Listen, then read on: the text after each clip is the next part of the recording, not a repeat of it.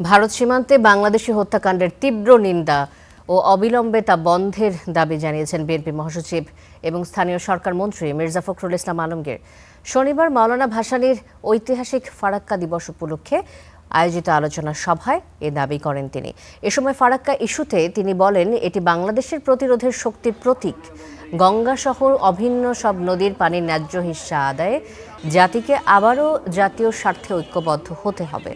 মির্জা ফখরুল আরও বলেন, দেশের পানির সংকট মোকাবেলায় পদ্মা ব্যারেজ একটি গুরুত্বপূর্ণ উদ্যোগ হতে পারে। এর মাধ্যমে আঞ্চলিক পানি ব্যবস্থাপনায় ভারতের ওপর কার্যকর চাপ সৃষ্টি করা সম্ভব বলে মন্তব্য করেন তিনি।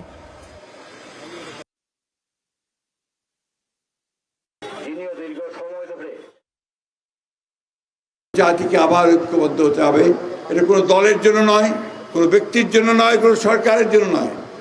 নিজের জাতির স্বার্থে, দেশের স্বার্থে, মানুষের স্বার্থে আজকে সমস্ত দলগুলোকে, জনগণকে ঐক্যবদ্ধ হয়ে এই আমাদের গঙ্গা পানির যে হিস্সা, অন্যান্য নদীগুলোর যে হিস্সা, সেই হিস্সা আমাদের আদায় করতে হবে।